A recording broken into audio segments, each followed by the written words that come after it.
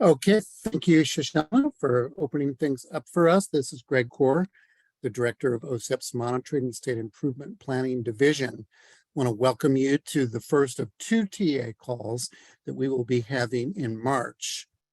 If you're on this call, you probably already know that OSEP was able to issue the Part B and Part C fiscal year 2023 IDEA grant award packages last Friday. We had initially scheduled this call for January 26th, but due to some unforeseen changes that we'll talk about later in this call, we were forced to delay until today. In late December, Congress passed the 2023 Omnibus Appropriations Bill.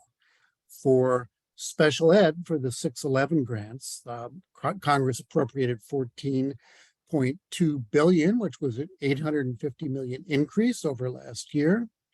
For the 619 preschool grant, Congress appropriated $420 million, which was an increase, a small increase of 10.5 over last year.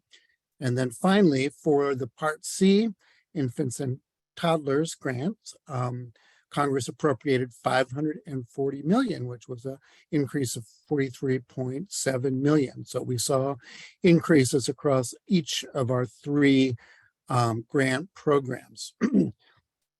We would have liked a little more, but you're always happy to take what we can get. During today's call, Jennifer Simpson and members of the program implementation team that she leads will walk you through the process of applying for IDEA formula grants. And before we get started, I wanted to note that today's call, unlike most of our calls, will be 90 minutes instead of just 60. We've got a lot of content to cover, so we hope that you can stay with us through the full 90 minutes. And with that, Jennifer, I will turn the call over to you. Thank you, Greg, and good afternoon, everyone. As Greg said, there are other presenters that will be joining me this afternoon to share the content about the 2023 grant application packages. And my colleagues are Travis Bryant, Lucille Sledger, and Benema Slipido.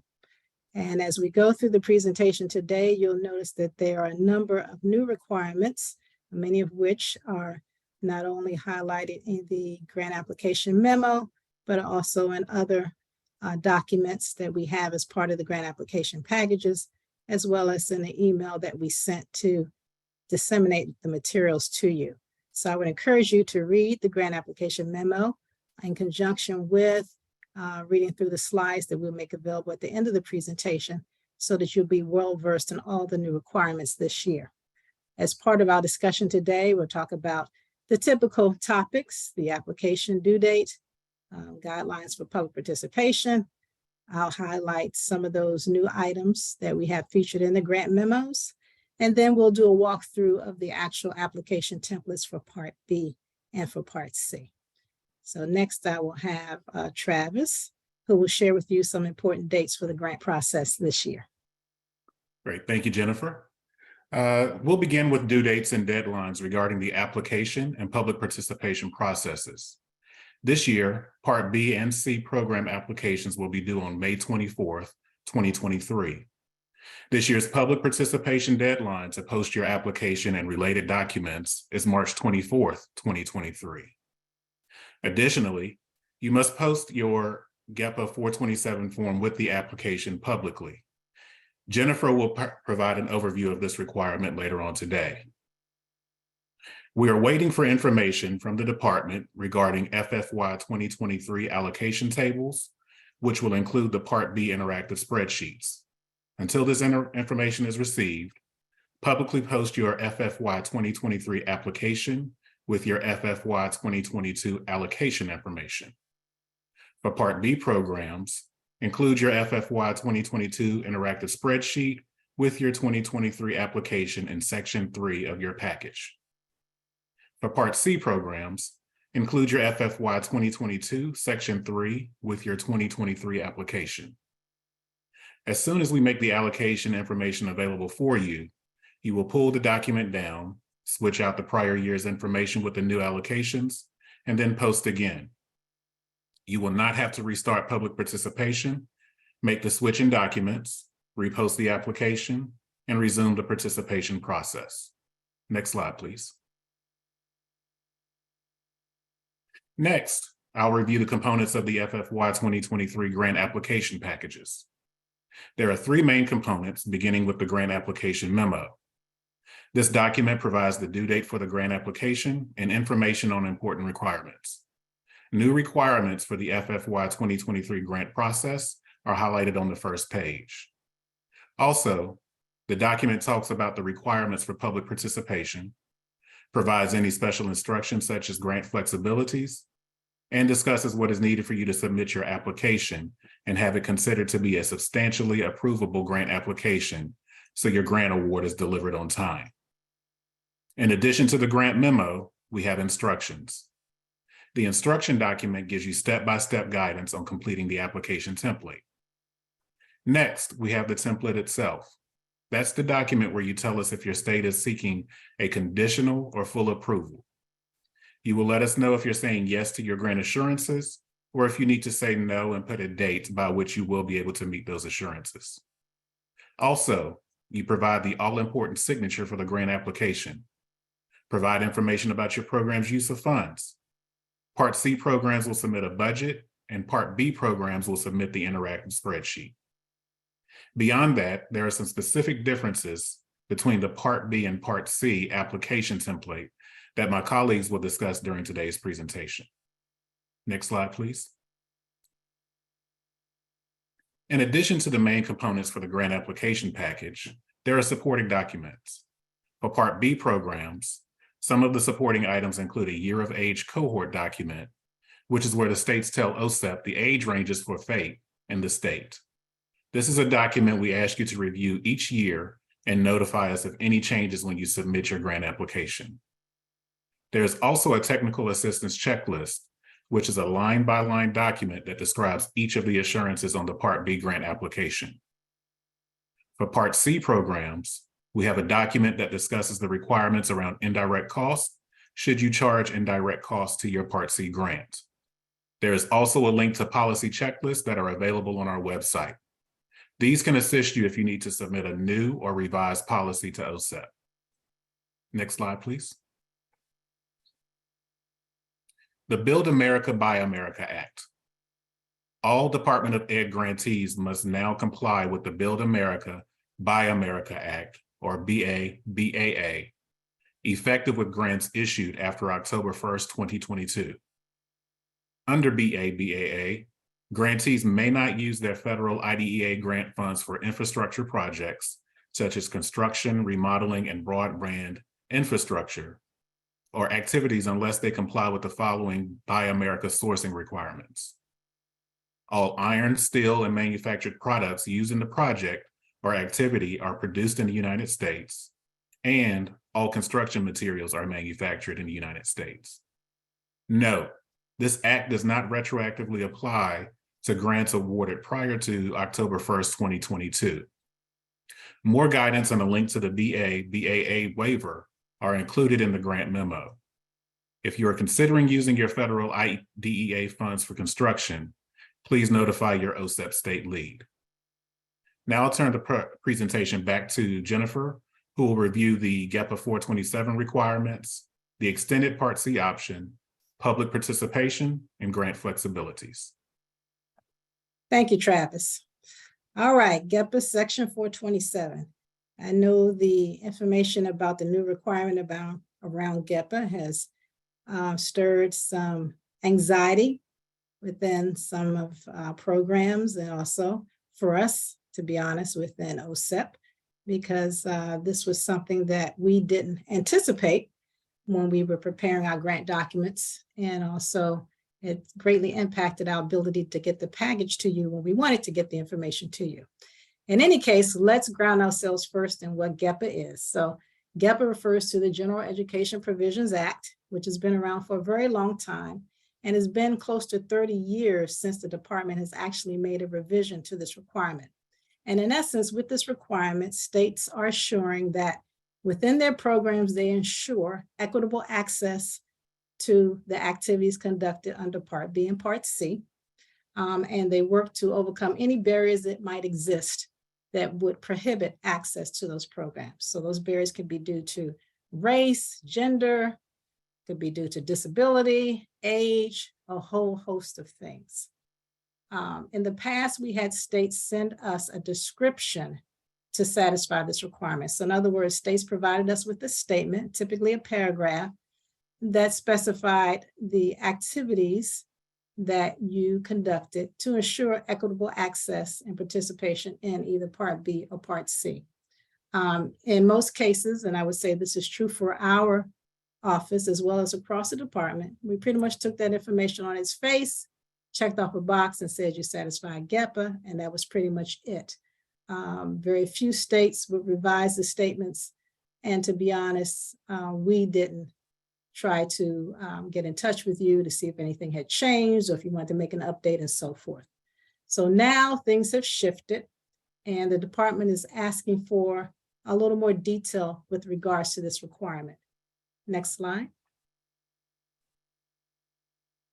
Now we have a form that you have to complete to satisfy the GEPA Section 427 requirement. And that form has 4 questions. The version of the form we presented with the actual grant application via email was a Word version of the document. However,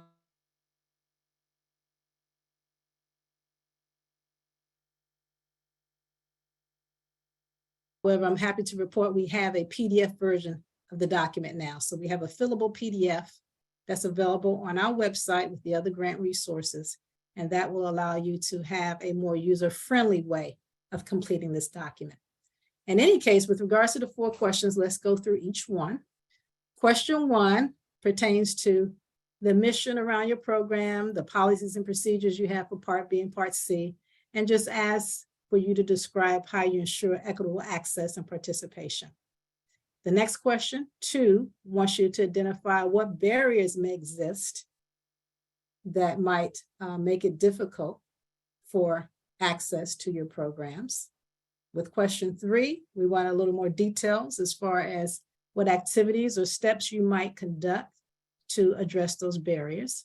And then with question 4, which is new for all of us, the department is now asking for a timeline. So it's asking you to specify not only what steps you will take to address barriers, but what is the timing around those steps? Is this something you anticipate that you could address within a year? Is it going to take multiple years of activities to work on these barriers? If you name more than one barrier, so if you have several barriers that are listed in the previous questions, then you might have different timelines for each one.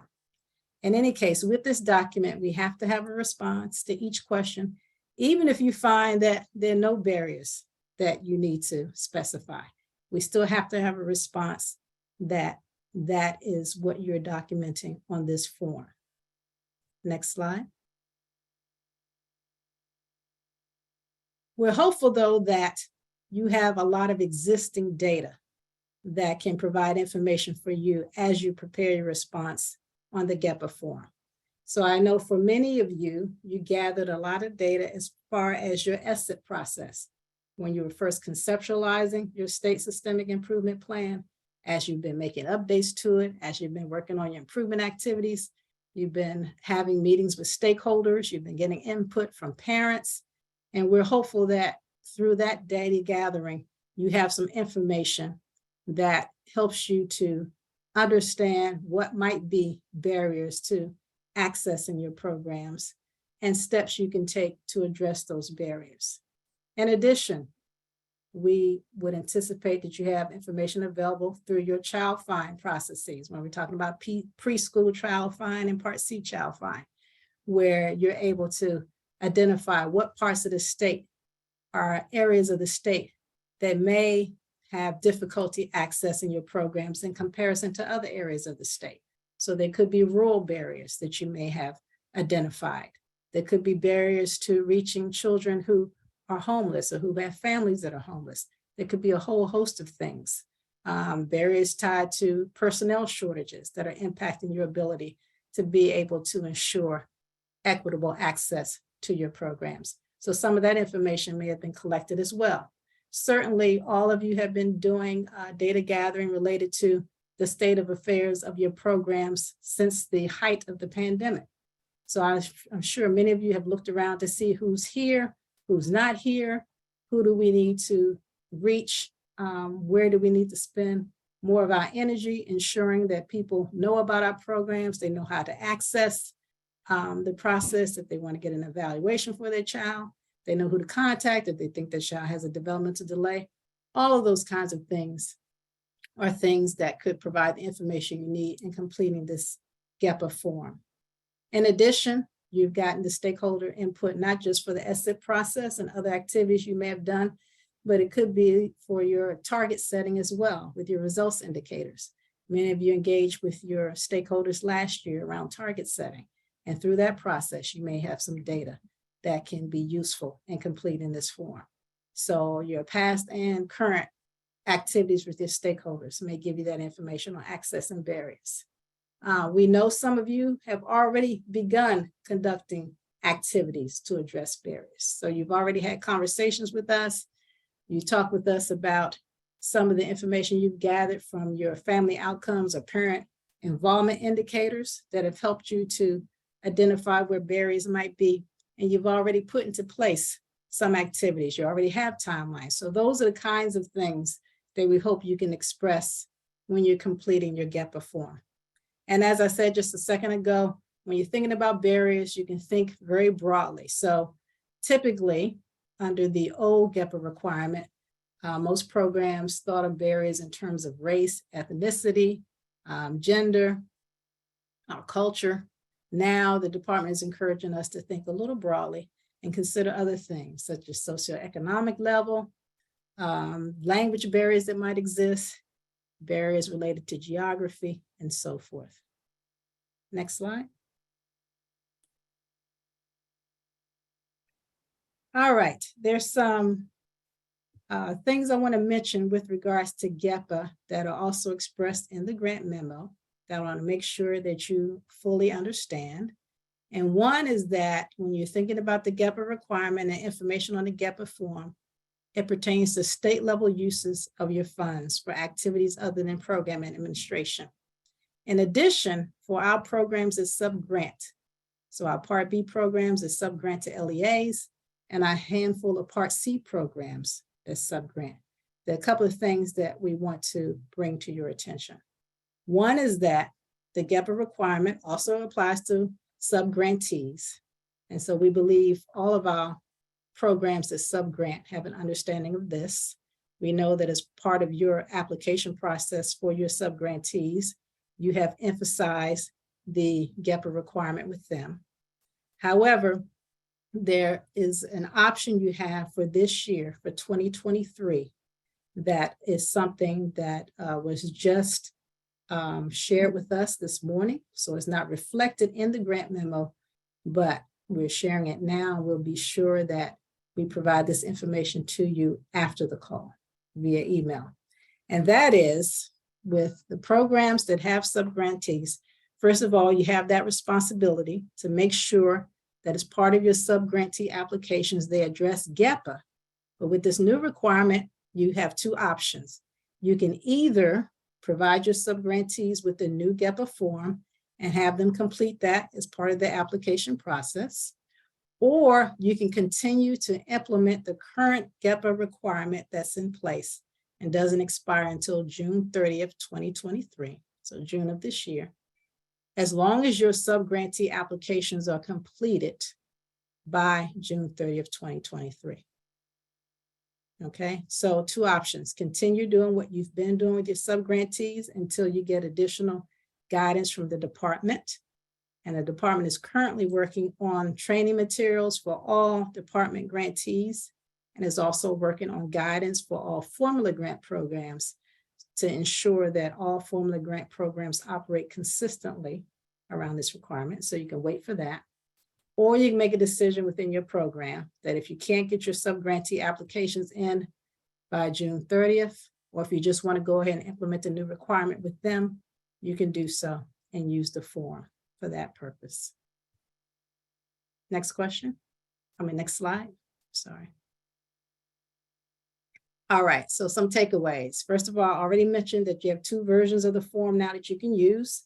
With the Word version, if you want to use that, you can wipe out the lines, expand the question and response areas to be as large as you need them to be to include your text. Just make sure you have a response for each item. Or you can use the fillable PDF version of the document that's available on our website where we list all of our grant resources. And the link to that website is in the grant application memo. Okay, make sure when you are posting your grant application for public participation, you also post your GEPA form. So that has to be there.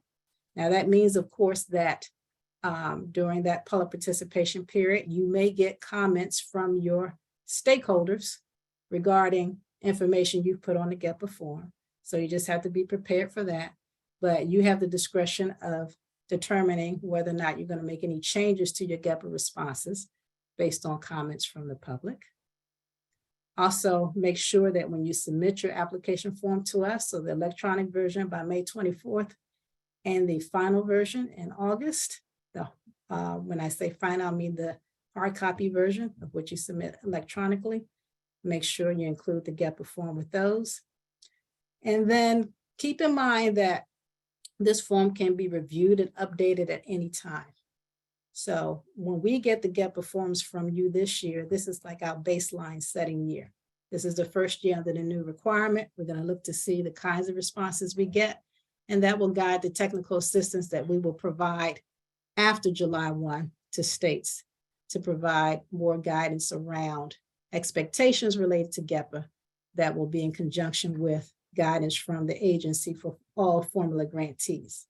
Okay, so just do the best you can in completing the form with the understanding that you can make changes at any time during the grant year and submit a new form to us to have that reflected as a document that's on file. Part C programs, however, have one additional step, and that has to do with the application template for Part C. Because for Part C programs in Section 2A, item number 12, we have the GEPA requirement listed there. So this new GEPA form is going to replace whatever you have on file for GEPA for Part C programs. And what you want to do when you get to Section 2A, item number 12, is put a check in new to reflect that you're submitting a new document to satisfy this requirement. Even though it's under Section 2A, you do not have to have a hearing for this requirement. Since this requirement is considered a description under Section 2A, you do not have to have a hearing for this. So you just check new in Section 2A12. If everything else in Section 2 is a yes response, you can still apply for full approval if you had full approval in 2022 and you're seeking full approval in 2023. So checking new here has no bearing on whether or not you can check full approval in your 2023 application. If you have questions about that, you can reach out to your OSEP state lead and we'll make sure that you have the correct response in your application document. Next slide.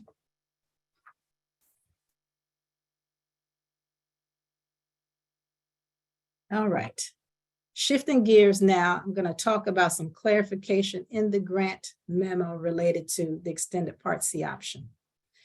In the 2022 appropriations from Congress for our agency, as well as this year's appropriation, we had language inserted related to the extended Part C option. And the way in which the language was added gave the impression that Part C programs could use their federal dollars to extend Part C programs beyond age 3 for anyone who wanted to participate.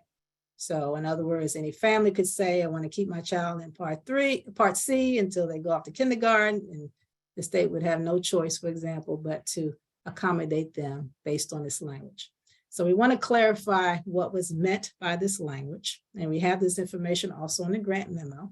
And so the two things we want to make sure is that you understand, one, that in order for a Part C program to use their federal IDA dollars to extend Part C, that extension can only be offered to children who are enrolled and served under Part C and are eligible for Part B preschool services.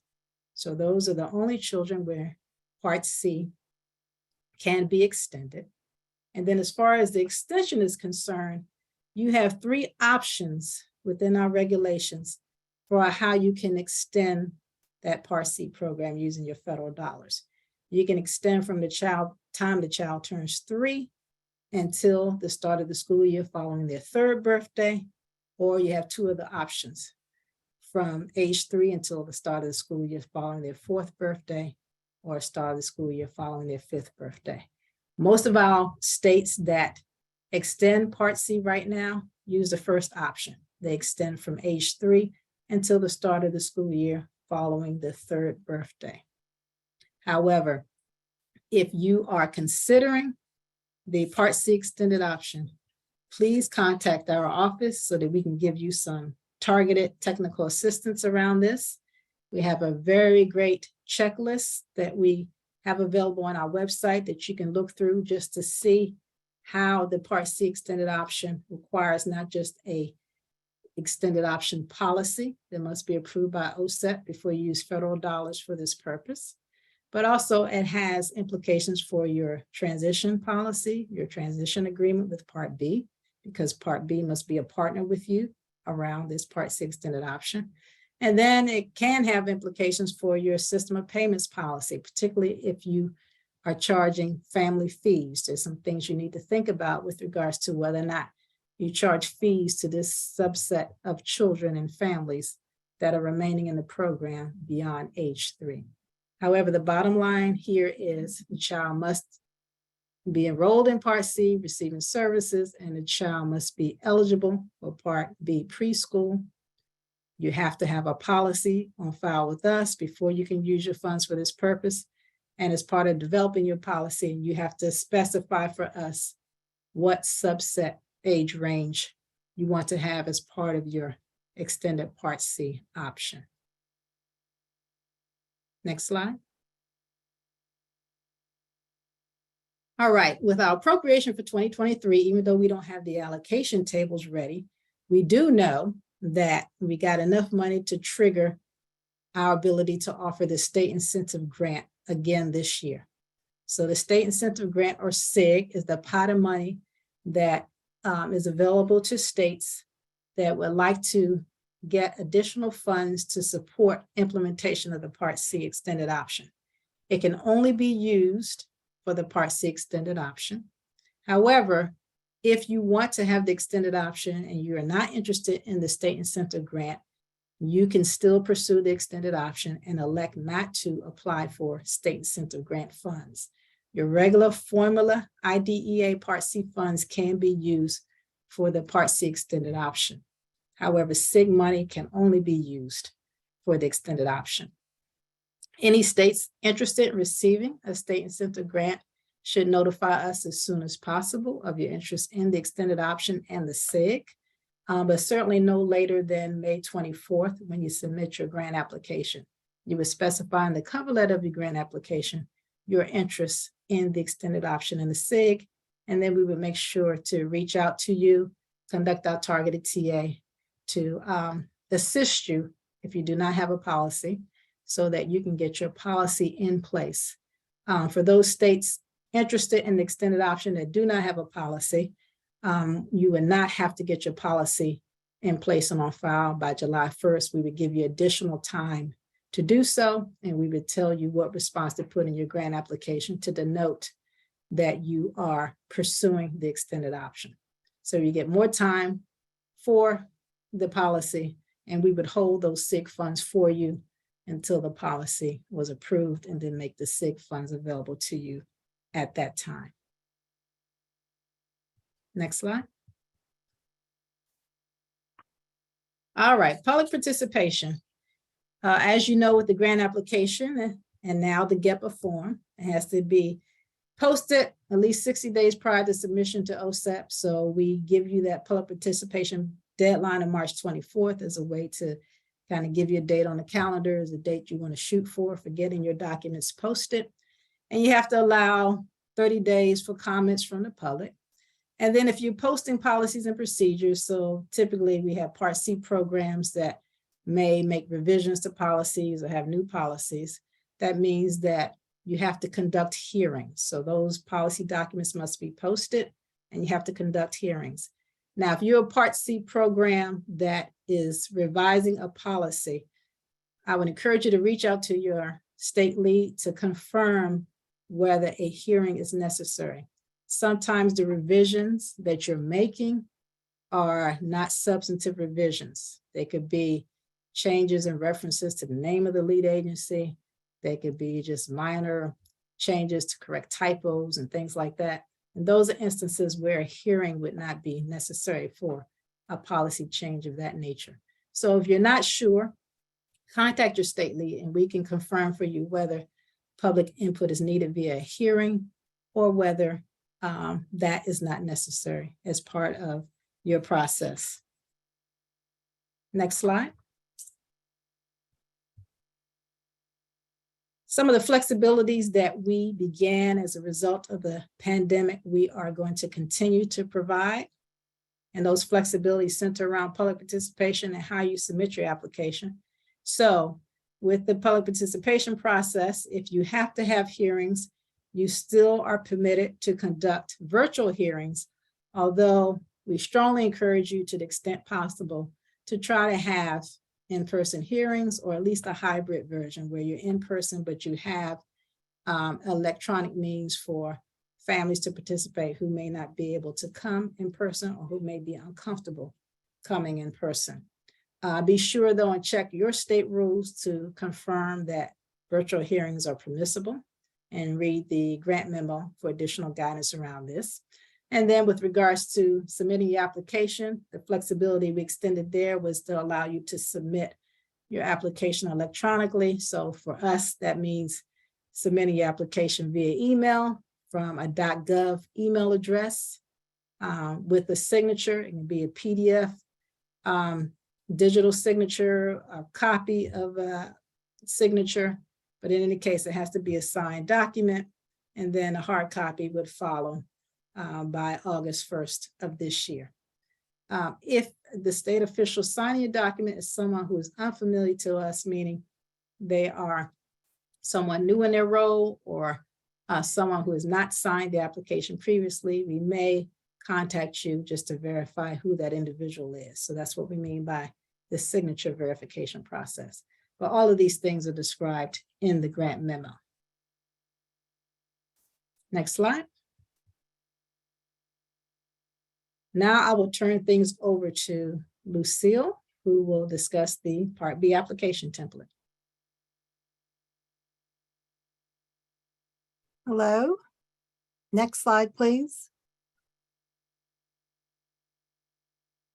First, we'll talk about Section 1A submission statement for Part B of the IDA. In the submission statement, the state indicates whether it is asking for a full or conditional approval of the Part B grant application. If the state checks yes to all of the assurances in Section 2, the state is assuring that all policies and procedures meet Part B requirements, and the state can then check A1 to indicate it is asking for a full approval.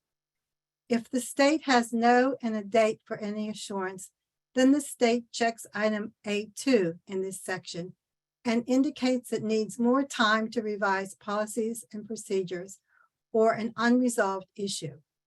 If an assurance has no and a date, a state must make the needed changes as soon as possible, but no later than June 30th, 2024.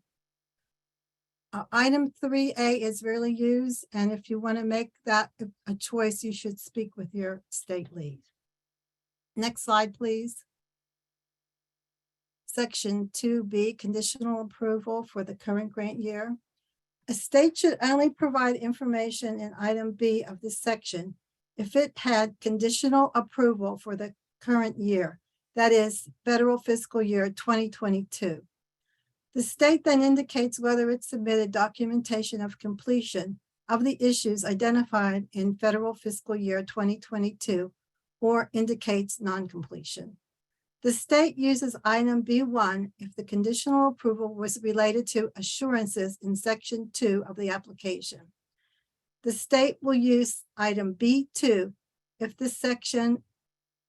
in this section, if the conditional approval was related to other issues such as a specific condition. Next slide, please.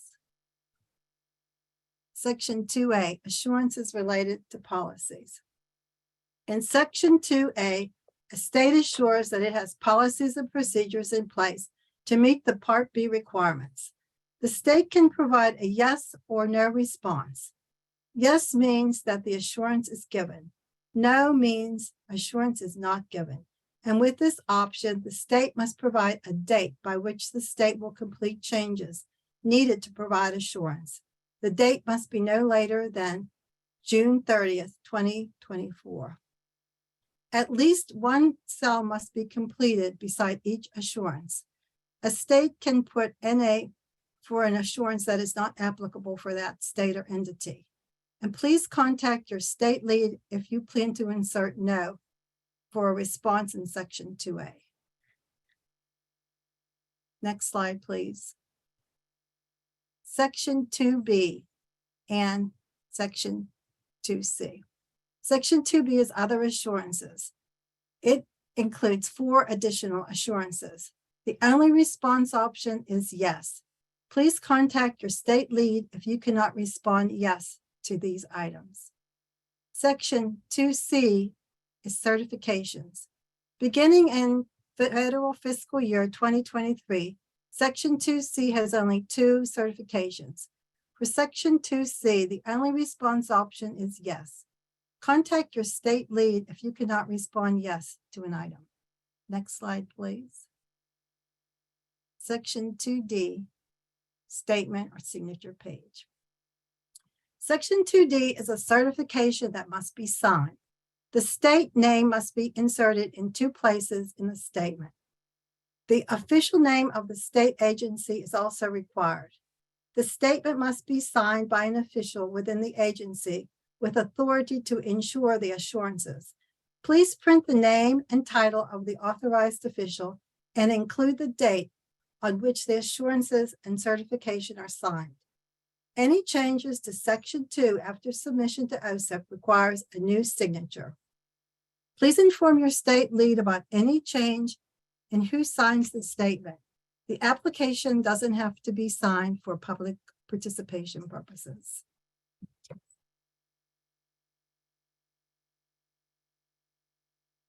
And now I'll turn this over to Jennifer. Yes, Lucille. All right, Section 3 of the Part B application document is where all of you insert your interactive spreadsheet. So we provide the interactive spreadsheet to you as part of the allocation information. And when you get that information, typically from Greg, Core, you go into the document and you select your state-specific interactive spreadsheet. So when that information becomes available, we'll include a screenshot with that document so that you can understand how to access your interactive spreadsheet. And then when you get your state-specific document, it's already pre-populated in some cells. So the first cell that has your total allocation amount is already pre-populated. That is not a cell where you enter information. So if you find that the spreadsheet that you have accessed is blank for the total allocation amount, that means that you have not accessed your state-specific document. And you need to contact us if you're having difficulty. As we said earlier, for this year, because we don't have the 2023 allocation information ready right now, you're going to post using your 2022 interactive spreadsheet. But also, please take note of the box on this page, because this is an area that many states overlook in completing the application. You want to make sure you share with us how you solicit input from your LEAs on what's on the interactive spreadsheet. Now, of course, you can't solicit input from them for 2023 because you don't have that information yet. But certainly, when we make that information available, be sure and share with us how you are in turn sharing that information with your LEAs. So for the purposes of posting your documents now, you can take the page from your 2022 application, insert it here with that interactive spreadsheet, because your 2022 page should specify the steps you took in 2022 to get that LEA input. Next slide. All right, state administration. We have some states that have state imposed rules that aren't required by federal IDEA, but may be regulations that you have in the state as part of your special education system. And if that's the case for you, we ask you to provide that information. So for some of you, you have enough space right on the application to give it to us. For others, you include attachments in this section that have your state imposed rules, which is perfectly fine. If you do not have any state imposed rules, we'd like you to specify that on the application template. So give us a statement so that we know whether we should look for those or whether it doesn't apply to you because you don't have any state imposed rules. Next slide.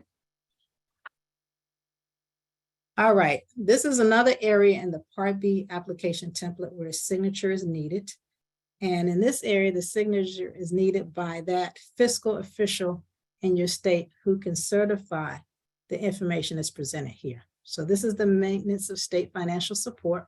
So this is the area where you tell us how much money you make available. So the total state financial support that you make available for special ed related services.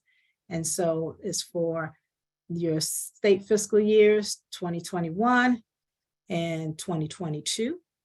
Okay, so that first chart there, where you provide the information in whole dollars, is a chart that every state must complete. However, we also give you an optional second chart. That's the other chart there, where you can share the information with us if you also calculate this information on a per capita basis. So we have some states that complete both charts, some states that only do one. One thing I want to bring to your attention is that we do a comparison of this form with the form you submitted in your previous year's application. So we look to see what dollar figures you put down in the previous year so that we can confirm that there's consistency between what you share with us for your SFY 2021 amount in your previous year's application and what you're sharing with us now. If there's a discrepancy, then a member of our fiscal implementation team will contact you to discuss it. Or if you have difficulty completing this form, or if there's something wrong with the signature, we'll be in touch with you about those matters as well. We do have our Center for IDEA Fiscal Reporting, CIFER.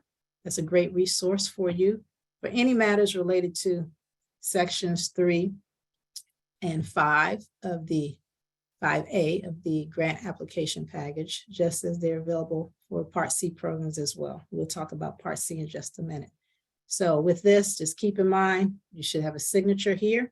It's typically a budget officer in the state or some other fiscal representative, and you must complete the first chart with the option of also giving us information in that second chart. Next slide. Okay, significant disproportionality. As you know, back in FFY 2020, we required all states to complete a significant disproportionality form, and then told you that you only had to submit a new form if you made changes to your risk ratios or any part of your methodology related to significant disproportionality. So the same thing applies this year. The form is available on our website with our grant resources, and that is linked in our grant memo. So if you need to make a change, you can make that revision to the form and include it with your grant materials when you send them to us. And just a note in either the email with your grant materials or the cover letter with the application that you've made a change to this form. So we will be sure to look for that attachment. If you have any questions about the content on the form, or if you need to discuss it with someone, please let your state lead know so we can put you in touch with our colleagues who are the leads for significant disproportionality. Next slide. Okay, I'm going to switch it back to Lucille now, who's going to cover aspects of the Part C application template. Okay. The Part C template is identical to the one used last year, except that it references federal fiscal year 2023. And at the footer, at the bottom, it has federal fiscal year 2023. And we do look at that to be sure you use the right template so we can, so it's acceptable. The Part B footer should also say 2023 at the bottom. Okay, for section 1 of the Part C application, it's the submission statement, and the state indicates whether it is asking for full or conditional approval of the Part C grant application. If a state checks yes to all the assurances in section 2, the state is ensuring that all policies and procedures meet Part C eligibility requirements. The state can also put NA for an assurance that is not applicable. If the state has no and a date for any assurance, it checks item A2. If an assurance has no and a date, a state must make the needed changes as soon as possible, but no later than June 30th, 2024. A state should not check the optional choice, which is item A3, unless it has attached a revised policy and or procedure. Next slide. Section 2B, conditional approval for federal fiscal year 2022. A state should only provide information in item B of this section if it had conditional approval for federal fiscal year 2022 in its grant application last year. The state then indicates whether it submitted documentation of completion or whether it has not completed all the issues identified in federal fiscal year 2022. Use B1 if the conditional approval was related to the assurances in section 2 of the application, and use item B2 if the conditional approval was related to other issues such as a specific condition. Next slide, please. Section 2A, policies, procedures, methods, and descriptions. Section 2A outlines the policies, procedures, methods, and descriptions a Part C grantee must have in place to meet the requirements of Part B. Each item should have a response. The state can provide a yes or no response. Yes means that assurance is given. If a state can say yes, the state must put a check in one of 3 available columns. N means it's a new policy or procedure. R means that it is a revised policy or procedure. Or the state can check OF, which means the policy or procedure is on file with the U.S. Department of Education. Each item must have a response unless the cell is shaded. There should not be a response in a shaded cell. A state can put NA for an assurance that does not apply. If a state puts NA as a response, look at last year's application to see if it was also NA last year. If not, discuss this with the state lead. There is a single column for no responses, and it means assurance is not given. If the response is no, the state must provide a date by which the state will complete changes needed to provide assurance. The date must not be later than June 30th, 2024. Next slide, please. Section 2B, assurances and optional assurance. Section 2B includes additional assurances. The state must provide a yes or no. If the state checks no, the state must provide a date no later than June 30th, 2024, by which the state will be able to provide the assurance. There should be no response in a cell that is shaded. Enter NA if an assurance is not applicable. And please inform your state lead if you plan to insert no as a response in this section. Next slide. Section 2C, certifications. Section 2C includes 3 certifications.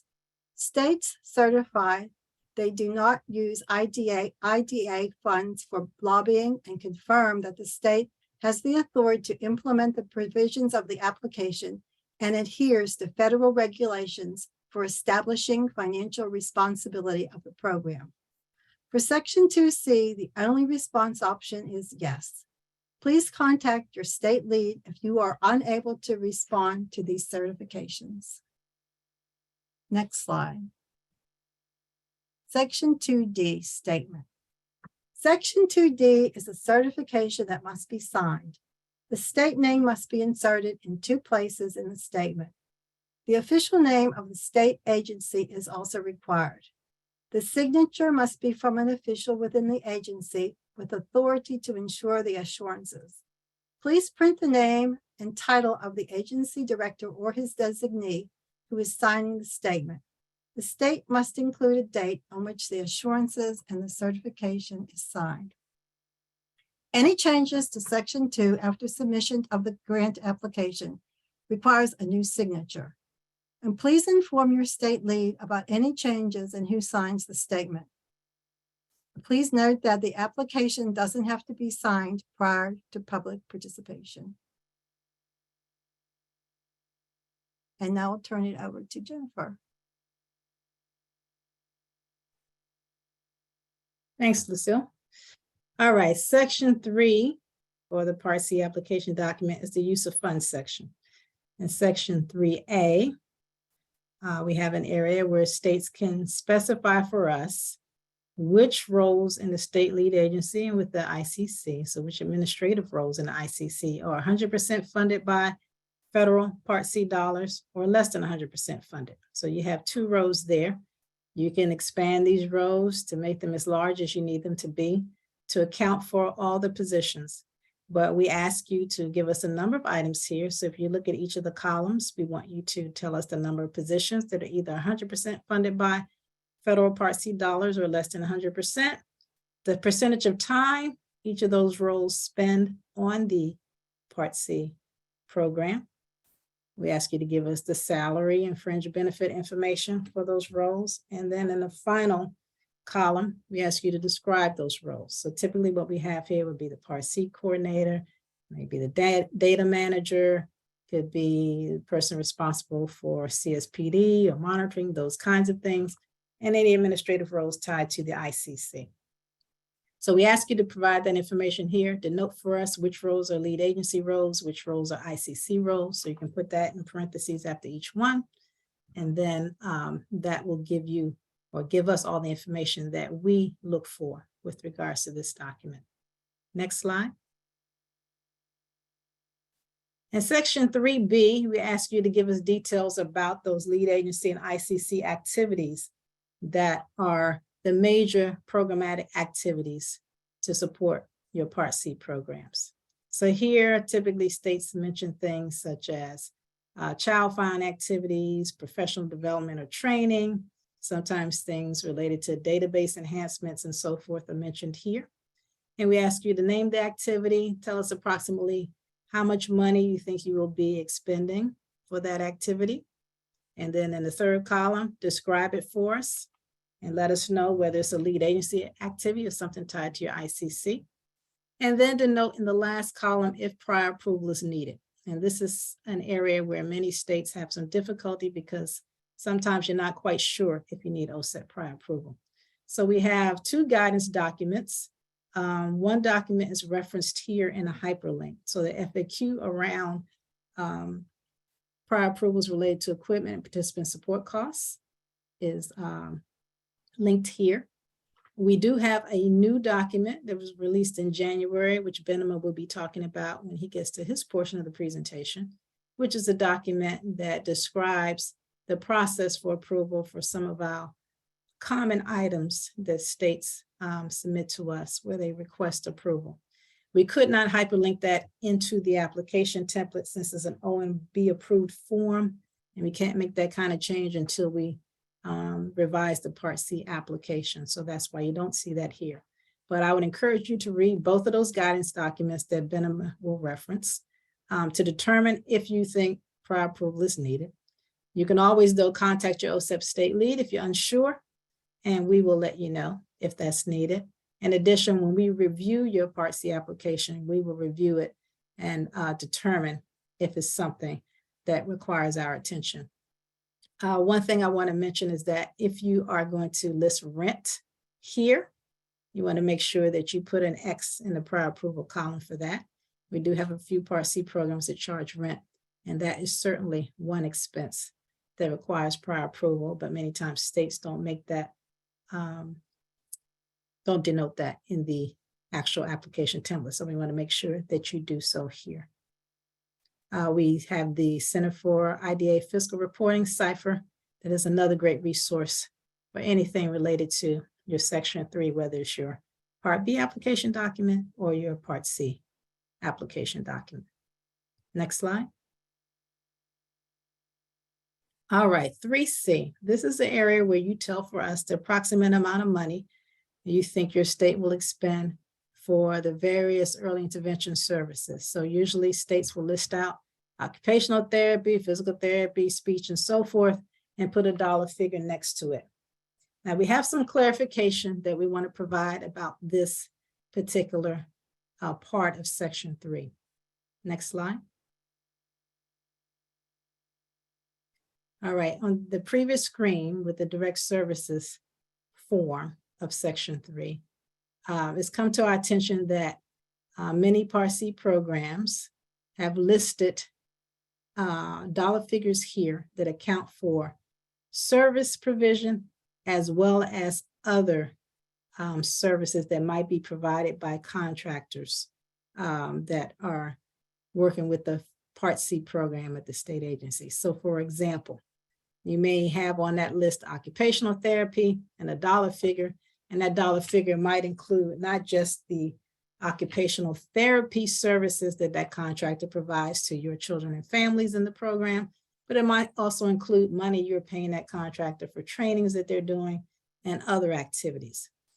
If that is the case, then we need you to make a change in how you reflect that information in Section 3. So we give you two options here. You can either, in Section 3, put down the amount that is only for direct services in Section 3C, and then go back to the previous page where you list out the lead agency activities and ICC activities, and include information on that page that specifies how much money you're giving your contractors for other activities other than direct services. So that's one way to do it.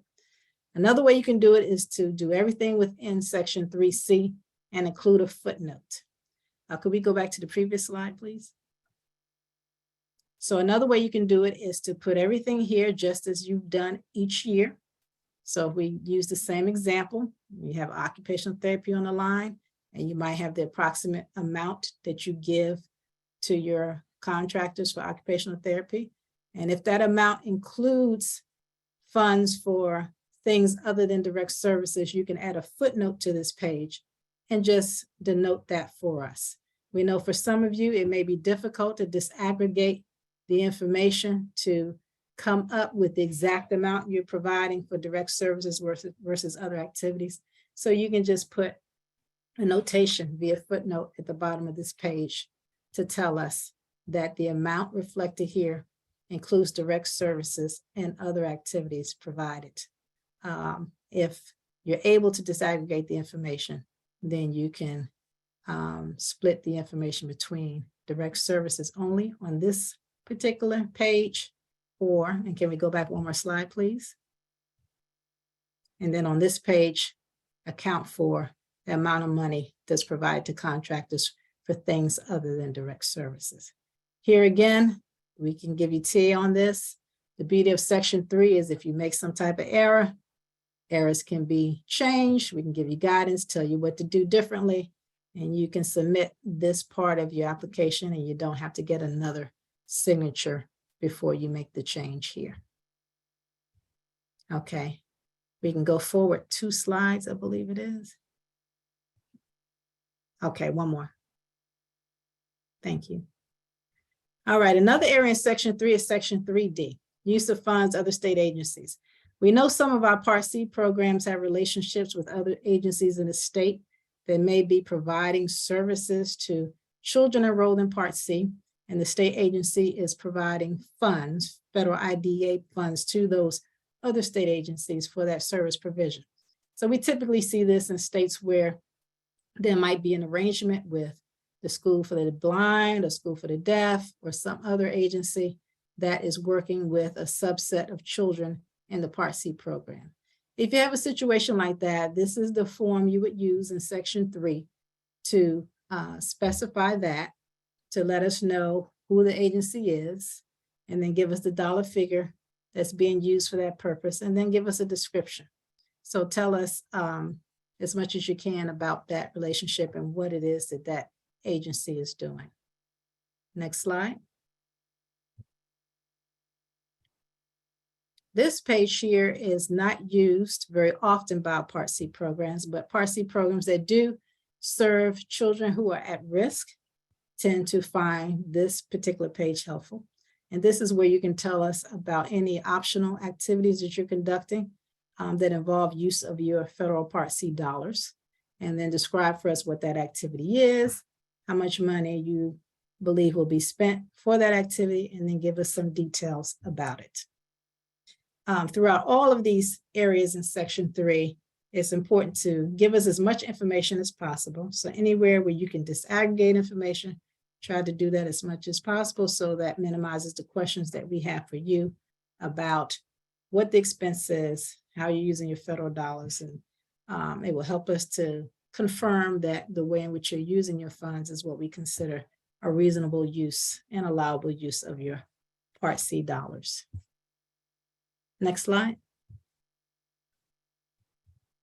All right, this is the totals page. So you're going to take all of the totals from the previous areas of Section 3 and bring them forward. Sometimes errors are made here, so just double check to make sure that you are bringing those dollar figures forward correctly.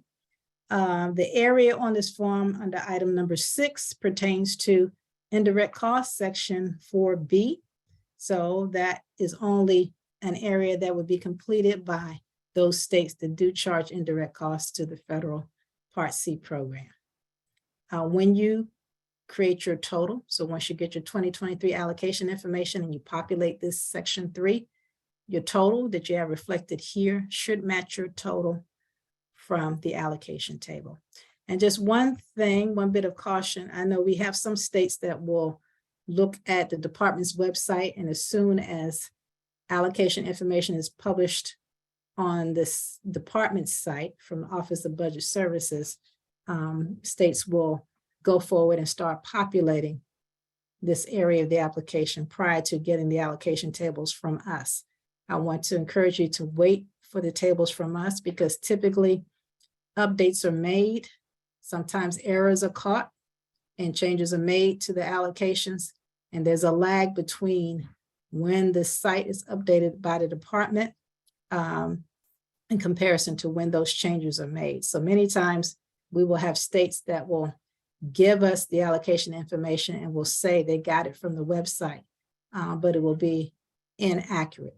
It won't be correct. It won't match the allocation table. So you have to make sure that the amount you show is reflecting the allocation tables that we make available to you. Next slide. All right, Section 4. The top of Section 4 is basically, you say yes if you have a system of payments policy. So any Part C program that's charging insurance, whether it's public insurance, Medicaid, private insurance, TRICARE, et cetera, you're considered to have a system of payments policy. So your answer here should be yes. The bottom half of this form relates to indirect costs. If you don't charge indirect costs to the Part C grant, then you check off the very first response item. You don't charge indirect costs. If you do charge, then we have various response items depending upon how you charge those indirect costs. If you have a restricted indirect cost rate, we have certain response items related to that. So you want to pick the response that corresponds to your situation. If your restricted indirect cost rate, or RICR, is considered valid beyond 2023, so say to 2024, then there's a response for that. If it has expired or will be expiring before June 30th of this year, we have a response option for that too, that you want to make sure that you select. If you have a cost allocation plan or PA-CAP, Public Assistance Cost Allocation Plan, we have responses related to that on the very next page, so that's not reflected here, but when you look at the application template, you'll see some additional responses, and you just want to make sure that that is the response that you select. If you're charging indirect costs and you're unsure about what response, then contact your state lead, who will in turn contact a member of the program team, and we will give you guidance on how you should respond here. Also, keep in mind that you should provide documentation if you're charging indirect costs. So we should get a copy of your cost allocation plan or your restricted indirect cost rate. And if you're in a situation where you're not sure what you're doing as a state because you're a new Part C coordinator, that's fine too. Consult with your fiscal staff members to determine if you're charging indirect costs. Look back at your previous year's application to see what your response was. And then you can certainly get in touch with us and we can help you to determine what your state status is. We have a very great indirect costs group within the department that works with each state to ensure that they have their documentation in place and that you have worked with your cognizant federal agency. If you're under health leave, for example, you work with HHS to get your documents created, and then those documents have then been approved by our agency. So we have a nice collaborative relationship and we can make sure that that information gets to you. Next slide. Okay, now I'm going to turn it over to Benema, who's going to talk about some final items. Great. Thank you, Jennifer. For your reference, OSERS has highlighted 2 fiscal guidance documents to assist states in the grant application process. The first document is the OSERS prior approval frequently asked questions FAQs released on October 29th, 2019. This document provides responses to 26 FAQs categorized under the following 5 topics. Topic 1, participant support costs or PSCs as applicable to OSEP and RSA formula grantees. Topic 2, general requirements regarding equipment. Topic 3, OSEP's prior approval for equipment under IDEA. Topic 4, RSA's tri-level prior approval process for equipment expenditures. And topic 5, other related questions. I see the link for this document has been posted in the chat and will be made available for you to access. The second document highlighted here is OSEP's guidance for common prior approval requests under IDEA Parts B and C, recently released on January 3rd, 2023. The guidance describes prior approval flexibilities for equipment and participant support costs. It also outlines the parameters under which OSEP has previously provided prior approval for a subset of these costs. Please refer to both of these fiscal guidance documents when you have questions regarding costs requiring OSEP's prior approval. Next slide, please. Now, some reminders. Please contact your OSEP state lead and OSEP-funded TA resources for assistance with the application and the GEPA form. Please inform OSEP of recent or upcoming changes in state leadership. Example, for Part C coordinators or state directors, changes in lead agency director or chief state school officer, and particularly for Part C programs, we need to know of any upcoming lead agency changes. Additionally, details regarding information covered in today's presentation can be made available or is made available in the Part B and Part C grant memos. Now I'll turn the presentation back to my colleague, Jennifer Simpson, who will conclude our discussion today. Okay, we got through this content a lot faster than I thought. It's just 9 minutes after 5, and I thought we were going to need a lot more time. While I don't want to respond to the questions in the Q&A right now, I do want to acknowledge them so that you are confident that we are aware of those questions and that we will get you answers as soon as possible. First, I saw questions related to the LEA applications and GEPA. So a number of you asked questions such as, does an LEA have to have their application substantially approved by June 30th in order for the state to use the old GEPA process with the LEA? Or if the application is not substantially approvable, or if the state doesn't approve it by June 30th, or if the LEA submits the application late, what does that mean? There was another question related to whether the GEPA requirement and LEA applications pertains to applications from this point going forward, or if it's related to previous applications. There was a question about LEA input on the interactive spreadsheet and just what are we looking for there. We had a question about the SIG in Part B, and I can tell you that the SIG is not available for Part B programs. It's only available for Part C programs. So I can check that one off the list. There was a question about Section 3C. So the information I was explaining about Part C programs that contract with EI providers and how you reflect the dollar figure to account for direct services and possibly using a footnote. If you are using those federal dollars only for direct services and nothing else in Section 3C, then you don't have to give us a footnote. The footnote is only in those instances where it's difficult to disaggregate the data, and it's better for you to just say in the footnote that the amount reflected accounts for direct services and other things. I